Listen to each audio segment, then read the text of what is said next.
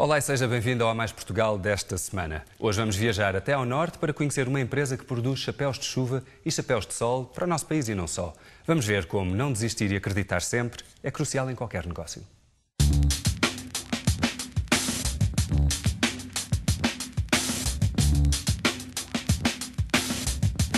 As máquinas cozeram também as linhas de uma história familiar de sucesso no tecido empresarial das pequenas fábricas portuguesas.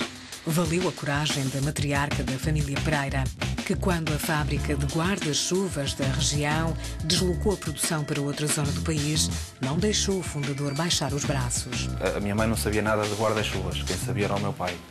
Nem nós sabíamos nada. Mas o meu pai precisava que lhe desse um empurrãozinho para ele começar a andar. E foi, pronto, a minha mãe é que o encorajou. O negócio começou em casa num tempo em que tudo se fazia com a habilidade das mãos.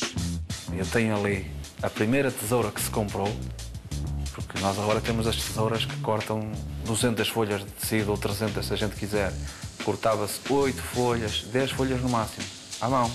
Essa tesoura ainda está ali. Faziam-se para aí 20 guarda-chuvas por dia e tinha que se trabalhar de sol a sol, não havia horários. Fundada em 1976, a Joçóis tem procurado ao longo dos anos manter um crescimento sólido, unindo o saber fazer com qualidade à polivalência dos seus colaboradores. Recentemente, em 2006, inaugurou uma nova unidade de produção, a Joçóis 2. Manuela, é aqui que se guarda o segredo das Joçóis, como se faz um bom chapéu de chuva e um bom chapéu de sol. Sim, neste momento começamos pelo corte do tecido. Neste momento estamos a fazer um corte de 200 guarda-sóis. No fim do corte isto ficam em peças soltas que acabam por ir para a máquina de costura. O processo não é complicado, mas exige experiência e dedicação. A unidade que visitamos, em Vila Verde, na região de Braga, está preparada para fabricar chapéus de sol e de chuva. Embora se assuma como uma empresa de pequena dimensão, diz quem aqui trabalha que não há encomenda que não seja honrada. O segredo está na polivalência dos funcionários. Sei estender tecido, sei cozer, sei meter fita, sei apontar, sei rematar. A única coisa que eu ainda não experimentei foi a estamparia, mas de certeza que sei fazer. E é por ser familiar que acha que há essa polivalência ou não? Não. Mesmo as funcionárias, colegas que temos cá, qualquer uma sabe, não tudo, mas sabem sempre fazer pelo menos 4 ou 5 serviços. As fases de produção estendem-se ao longo de 2 grandes armazéns. Num lado, concentra-se o corte do tecido e as máquinas de costura. Do outro, a estamparia. Uma área que tem absorvido o maior investimento, pois são cada vez mais os clientes que apostam na comunicação e no merchandising através deste tipo de produto. Nós estamos a investir nessa área porque compensa. Servimos melhor os nossos clientes e é uma área que não é assim muito difícil de trabalhar. E estamos a conseguir os nossos objetivos.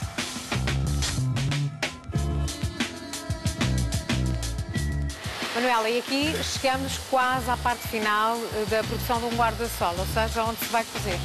Sim, da estamparia vem para aqui casado, para unirmos os 8 gomos e fechar em capas, para depois passar por mais 3 ou 4 etapas e então sair montar na armação. Todo este circuito que nós fizemos, qual é o tempo dele? Desde o corte, estamparia, chegando aqui a esta fase e depois mesmo para os acabamentos? É um bocadinho demorado. Agora, se me disser o tempo de uma capa, para finalizar um guarda-sol só, 30 minutos chegam. Não se pode parar de costurar na pequena fábrica das Joçóis. Uma encomenda de 500 guarda-sóis leva cerca de 2 a 3 dias a ficar pronta. As metas têm sido sempre cumpridas e esta empresa familiar de Braga continua a acreditar que, apesar da concorrência muito competitiva, é possível ter também o seu lugar bem estampado no mercado. Tenho hoje comigo José Pereira, da empresa Joçóis. Muito obrigado por estar aqui hoje no A Mais Portugal. Sei que a vossa empresa começou com um embrião, digamos assim, nos seus pais. É verdade. Como é que depois surgiu tudo? Como é que foi nessa altura? A nossa empresa tem mais de 30 anos. Nasceu em 76, uma microempresa familiar. Portanto, os meus pais e provavelmente 2 dos meus irmãos mais novos, porque eu inicialmente não fiquei na empresa.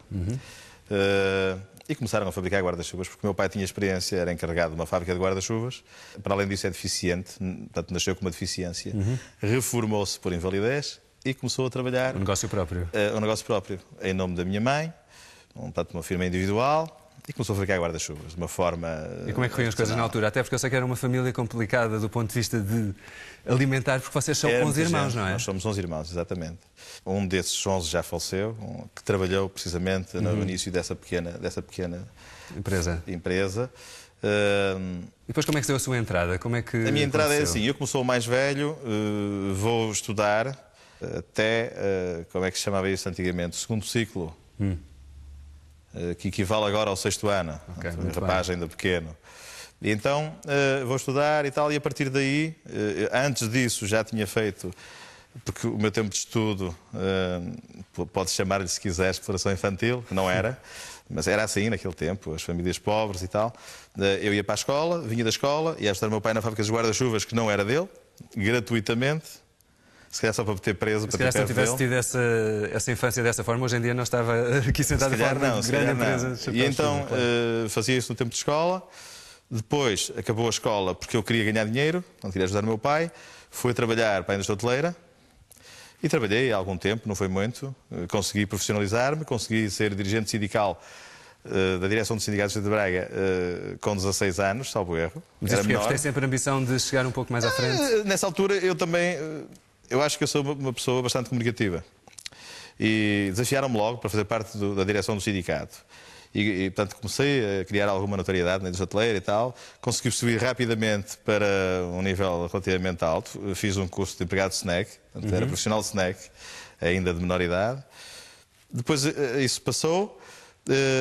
Deixa-me só interromper, nessa altura a empresa dos seus pais continuava a funcionar? Continuava a funcionar, exatamente. E eu não estava lá. Okay. Fiz esta parte.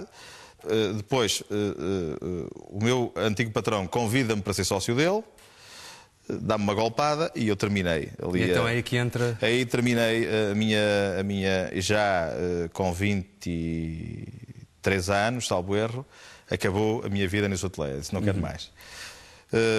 Foi uma lição caríssima, eu paguei isso muito caro.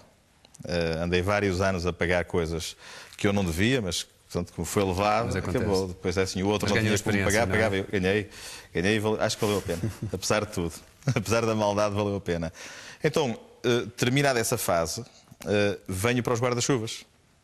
E estou com os meus pais. E foi fácil entrar na empresa? Como é que é lidar claro que foi fácil. Em negócios de família com os próprios sabe pais? Que nós temos laços muito fortes de família. E depois éramos muitos irmãos. Uns estavam, outros não estavam, não é? Porque nem todos os meus irmãos faziam guarda-chuvas. Então, mas eu fui para ali. E foi com a ideia de ajudar o meu pai a impulsionar a empresa. Inicialmente aquilo era, temos aqui um montinho de dinheiro, gastamos este dinheiro ou investimos este dinheiro e depois paramos, crédito nem pensar. Portanto, não há crédito para ninguém. Portanto, acabou o dinheiro, fica ali à espera de vender, está a ver? Como que se faz uma horta. Planta as couves, espera que cresçam e depois vende-as. Aquilo era mais ou menos nesses moldes. Fazia os guarda-chuvas, era aquele dinheiro que ele tinha, vendia, depois comprava matéria-prima, fazia mais. Não tinha uma cadência contínua de produção. Mas há aí um ponto que eu sei que houve uma ruptura nessa vossa forma de funcionamento. Claro, eu procurei, digamos, mentalizar o meu pai que aquele processo não era bom. Era preciso produzir numa cadência tanto certa, criar um horário de trabalho e produzir. No fundo, profissionalizar um bocadinho a exatamente, forma de produção, e consegui. Chegámos a um pico de produção de cerca de 1000 guarda-chuvas dia, o que era muito bom. Éramos já uma referência nos guarda-chuvas. Pena é que foi pouco tempo, porque, entretanto, o mercado asiático invade a Europa, e, por conseguinte, Portugal, não é? E vocês não conseguiam competir com o que estava a chegar? Não havia nenhuma hipótese de competir. Não havia, não há, a não ser, digamos, que contornando aquilo que é corrente, não é? Fazendo coisas diferentes. É a única forma de competir com os asiáticos. Não há forma de competir com eles, ainda neste momento. Depois teve que ir à China para resolver o vosso negócio. Como vi a invasão do mercado, eu disse, a solução é, como eu conheço o mercado dos guarda-chuvas, conheço os meus clientes, portanto tenho capacidade para vender. Se não fabrico, comercializo. Então toca ir para a China, à revelia do meu pai, portanto desafiando o que estava institucionalizado. Exatamente, a ordem do chefe. E vou para a China.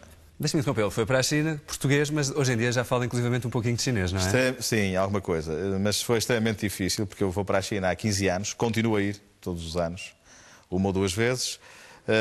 Extremamente difícil para comer, para falar, para uma certa... Hoje é muito mais fácil.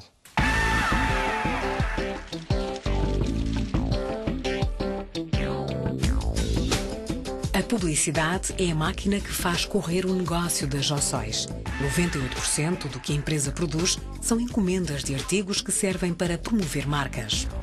É uma realidade fácil de constatar quando se entra no ateliê de design, onde Emanuel Pereira, neto dos fundadores da empresa, se dedica a criar soluções para satisfazer os clientes dos mais diversos setores.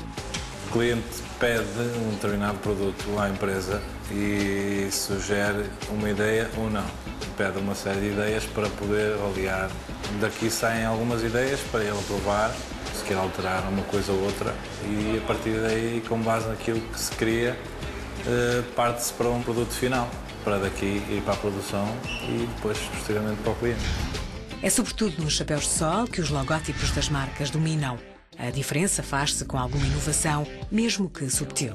Não nos podemos fingir só ao facto do guarda-sol ser redondo ou quadrado, ou tem que ser com tecido. Temos que tentar alterar sempre um bocadinho as coisas para não ser sempre a mesma coisa, senão acaba por encher, não é? A ideia é tentar inovar, é tentar criar novas referências por forma a chamar a atenção dos clientes. Este é o tipo de artigo que atravessa as fronteiras e acaba por levar o nome das Jossóis para o mercado internacional. Através de alguns dos seus maiores clientes, está também presente em África. Mas não é só de um lugar ao sol que vive o negócio. Tudo começou com os chapéus de chuva e, apesar de ser atualmente menos rentável, é ainda um segmento importante que acabou por se moldar aos processos de produção com custos mais baixos nos países asiáticos. Os guarda-chuvas feitos cá, não há hipótese de os comercializar porque são muito caros. E depois tudo o que estava relacionado com a indústria de guarda-chuvas desmontou-se tudo. Em Portugal havia, sei lá, para aí alguns 30 ou 40 fabricantes de guarda-chuvas, fechou tudo. Quem não partiu para isto, fechou. A China foi o destino escolhido para estabelecer parcerias na produção de guarda-chuvas. O meu irmão foi para a China à procura de preços de guarda-chuvas. É como tudo na vida. Levámos muita sapatada até conseguirmos entrar no rumo certo. Depois também entramos um bocado em guarda-sóis, porque também há guarda-sóis de grande porte, que se fossem feitos aqui, 100% feitos aqui, iam para preços exorbitantes, que não há hipótese. E trazemos parte da matéria-prima, trazemos lá e depois acabamos aqui, também nós. A matéria-prima são sobretudo armações, os tecidos e acabamentos continuam nas mãos da fábrica de Vila Verde. Neste segmento, a empresa detém 4 marcas de guarda-chuvas: a Jossóis, a Didi Market, a IRJ e a Keep Raining. Todas com vendas superiores a outras marcas que também representam em Portugal para um target infantil. Somos capazes de vender alguns 200 mil guarda-chuvas anónimos e vendemos 20 mil com marca. A inovação é um fator importante para o sucesso e em Vila Verde também se vai alinhavando o futuro com novas invenções. A Jossóis criou um artigo especial que já faz sucesso em vários hotéis. Depois dos portugueses terem aderido à ideia, parece que há também interesse por parte de clientes espanhóis. Esta ideia foi o meu irmão que teve a ideia. Eu achei assim, acho isto uma coisa muito grande, mas realmente tem lógica, porque isto é para a recepção dos hotéis. Tem que buscar os clientes aos carros. Quando está a chover, então tem que ser uma coisa fora do normal. E fizemos, pronto, uma armação toda nivelada, tudo. É bom, isto é bom. E tive aceitação. Provavelmente, se Gene Kelly fizesse hoje o filme Singing in the Rain e se tivesse visto a nossa reportagem, iria ter curiosidade de conhecer de perto tal inovação. É verdade que ainda não vende para os Estados Unidos, mas além de ter em Espanha um mercado importante, a Jossóis, no segmento dos guarda-chuvas, conta também com um representante comercial para a Bélgica, Holanda e Itália. Eu vejo falar com tanta paixão, no fundo, do vosso negócio. Como é que é o José Pereira no tempo livre? Ou não há tempo livre sequer? Tenho muitos tempos livres. E dedica-se... Ou melhor, não tenho tempos livres. Ocupa-os, mas com outras coisas que não é empresa. Com outras coisas. Portanto, eu, para além da minha empresa, dirijo uma instituição que se chama a Casa do Povo Portal Levado, há muitos anos. Embora eu queira deixar, mas também ninguém quer ficar com o legado, porque isso é um serviço gratuito, naturalmente, é uma IPSS, cuidamos de crianças e ajudamos as pessoas mais carenciadas, etc. Já fiz parte de uma infinidade de instituições, digamos, no meu ciclo social, não é? Desde a Comissão Fabriqueira da Igreja, desde a Junta de Freguesia, desde a fundação da Associação Juvenil lá da Terra, eu sei lá, desde os bombeiros, deixei recentemente os bombeiros, pedi ao meu grupo de amigos da direção, disse, eu não tenho tempo, efetivamente, não consigo estar em todo lado, portanto tenham paciência, tenho mesmo que deixar. Como é que essa comunidade toda o vê? Como é que o definem? Eu sou uma pessoa como outra qualquer, portanto, sou uma pessoa simples, sou uma pessoa que gosta de conviver com toda a gente e sinto-me bem assim, abertamente e falando francamente com as pessoas. E acha que é isso que falta a alguns líderes de empresas em Portugal, no fundo, ligarem-se e comunicarem bem com toda a gente? É essencial, acho eu. Eu não sei se eu tenho o dom da razão, se calhar não tenho, mas é essencial nós termos... Eu acho que para gerir, seja o que for, há uma série de regras que são básicas. É frontalidade, franqueza e honestidade. A partir daí, eu acho que o senhor consegue fazer tudo. E como é que os funcionários que trabalham consigo? Eles não são funcionários, são meus colegas de trabalho. São seus colegas de trabalho. Toda a gente explica ali, tudo com essa definição. Não tem nenhum problema. Olha, eu preciso ir ali, ok. E eu digo assim, olha, eu preciso que trabalhes mais meia hora. Não há nenhum problema. Percebe? Portanto, há esta. Eu quero gerir. Bem ligada. A nossa empresa é pequenina, como sabem, portanto, somos 12 empregados. Eu procuro gerir aquilo como uma família. Quero que estejamos todos bem, quero que olhemos todos nos olhos uns dos outros com franqueza. Não há problema. Eu digo, não há problema nenhum, o que é que precisas?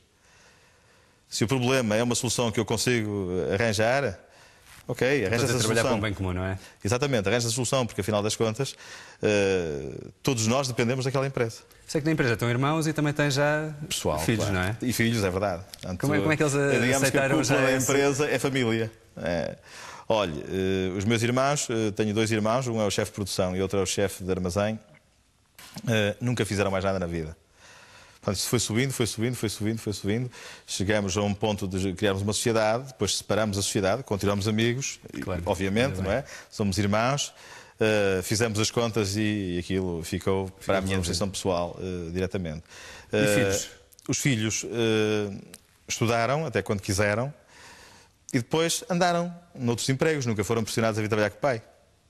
A proposta foi nesse sentido. Querem vir, eu acho que é bom. E quem é que hoje já se juntou ao pai? Os 2 que tenho.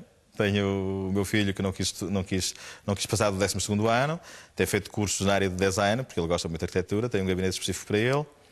E a minha filha acabou a licenciatura há 2 anos e está comigo também.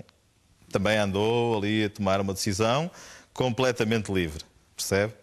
Eles sentem mesmo que... Hoje está na empresa, a prenda de fim de curso foi fazer uma viagem à China com o pai. Gostou imenso, é Relações Internacionais da empresa, porque a licenciatura dela é na área de Línguas Estrangeiras Aplicadas e portanto, e Gestão. E, portanto, é a partir desse princípio que eu quero, digamos, consolidar a empresa, chamando quadros qualificados, porque eu tenho consciência disso. Eu não tenho a minha se estiverem na família, ainda melhor, não é? Melhor ainda. Eu tenho consciência que a formação é essencial para a gestão. Como é que vê as Joçóis daqui, por exemplo, 5 ou 10 anos? Consegue adivinhar? Não. Debaixo de guarda-chuva é que vão estar? Os tempos são muito conturbados. E, portanto, assustou esta crise de hoje em dia? De um certo modo, é óbvio, não podemos dizer que não. Porque ela está aí, não é? E gera dificuldades todos os dias, a instabilidade do mercado, os custos do dinheiro, os custos dos produtos, que obviamente têm a ver com o custo do dinheiro, não é? Que estão a sofrer, digamos, aumentos de preço e geram-nos algum problema, porque tenho, por exemplo, uma grande encomenda de um cliente de referência das Joçóis que já está feito. E o que acontece é que eu tenho que ter matérias-primas já, ou em stock, ou comprá-las a posteriori da encomenda, e acontece que já aconteceu este ano. O preço já tive inflação na casa dos 10% a 30%, dependendo dos materiais. Vocês vendem não só em Portugal? Nós vendemos em Portugal e em alguns países da Comunidade Económica Europeia e também para a África através de clientes nossos, não vendemos diretamente. A semana passada foi entregue uma encomenda de guarda-sóis aqui em Lisboa, numa empresa de Lisboa, portanto um subcontrato que vai para Angola. Muito bem. Portanto, a vossa marca já segue além fronteiras. Perguntei-lhe como é que via a empresa daqui a alguns anos e como é que se vê a si próprio. Acho que a trabalhar. Não consigo ver de outra maneira. Sim, é óbvio. Ela cresceu bastante, tem crescido bastante. Digamos que o caminho tem sido a crescer todos os anos desde que a constituí. Ou melhor, quem a constituiu não fui eu, como lhe disse. Claro, mas desde que eu entrei para a empresa, ela tem vindo sempre a crescer. Houve um período complicado quando foi a passagem da fabricação de guarda-chuvas para a importação de guarda-chuvas. Depois a ideia do meu pai era acabamos com a fábrica. E eu dizia, não acabamos nada, tem que haver uma solução. Então avançámos para os guarda-sóis. Hoje faturamos mais em guarda-sóis do que em guarda-chuvas. Muito bem.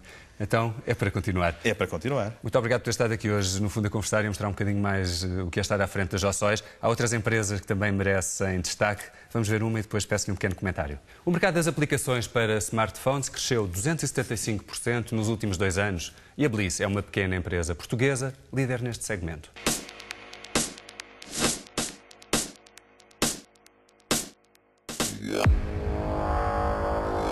Eu estava ligado às antiguidades por uma questão familiar, por uma questão de raiz, e a música era a minha segunda paixão. Eu queria estar ligado a ela de alguma forma e, se calhar, consegui ficar ligado à música da forma que melhor sabia, que era a parte comercial que eu já tinha herdado das antiguidades. O conhecimento dele do negócio, junto ao nosso conhecimento do equipamento e daquilo que dava para fazer com as máquinas, associado ao facto deste mercado não existir em Portugal. Portanto, sempre que eu e ele falávamos de máquinas e queríamos comprar alguma coisa, tinha que ser no estrangeiro, porque em Portugal não havia.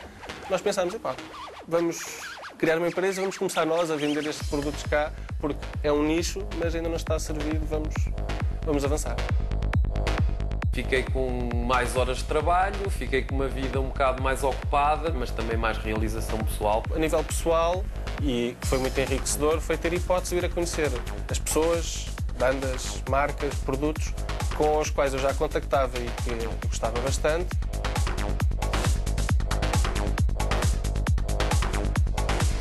Começámos há cerca de 10 anos com um site. Passado 6 anos de crescermos e alargarmos o nosso mercado, optámos por criar um espaço físico, uma loja, onde pudéssemos, por um lado, mostrar de uma forma mais eficaz os produtos que faziam a diferença. A Plastic Sounds é uma empresa que comercializa produtos ligados à produção de música eletrónica, áudio, vídeo, equipamento de estúdios, que entretanto já deu origem a uma escola com muito sucesso e principalmente a uma empresa de revenda. Vendemos neste momento 120 marcas diferentes, de clientes completamente diferentes para fins também diferentes. E então temos clientes desde daquela pessoa que quer aprender a fazer música em casa, são os DJs, os produtores de áudio, os produtores de vídeo, trabalhamos com muitos estúdios, trabalhamos com companhias de teatro, com todo o mundo que está ligado ao áudio profissional. O aluno pode chegar ao pé de nós e querer aprender um software específico, um hardware específico. Pode querer ter um professor que tenha diretamente a ver com o estilo de música que esse mesmo aluno gosta e nós procuramos esse professor e desenhamos um curso à medida desse mesmo aluno. Eu acho que a música vai existir sempre, independentemente de ser tocada com instrumentos ou de ser tocada com máquinas, vai sempre existir na sociedade e acho que, de uma forma ou de outra, se nós nos mantivermos adaptados e bem informados, acho que vamos sempre conseguir ter boas soluções para apresentar como negócio. Temos aqui este caso de 2 pessoas que largaram o que faziam e mudaram de vida. Que comentário é que isto lhe merece? Eu acho que esses são os desafios da vida. Se você quiser trabalhar, não há problemas, você consegue. Agora, se você não tem vontade de ir em frente, não consegue em lado nenhum. Se você tem vontade de trabalhar, acho que não há problema nenhum. Eu trabalhei em hotelaria, como lhe disse, e trabalhava noutra coisa qualquer. Eu costumo dizer, se tens saúde, não há problemas. Trabalha e consegues.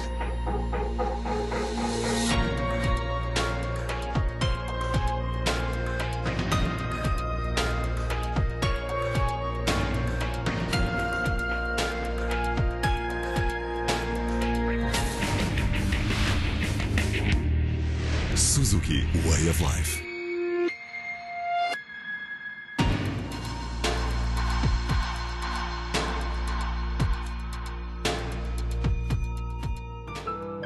por vezes não vemos. Quando não vemos, nem sempre levamos o que queremos. As melhores escolhas são feitas com os olhos bem abertos. Os produtos portugueses têm qualidade, são inovadores e contribuem para fortalecer a nossa economia. Faça como nós, escolha português. Portugal, a minha primeira escolha.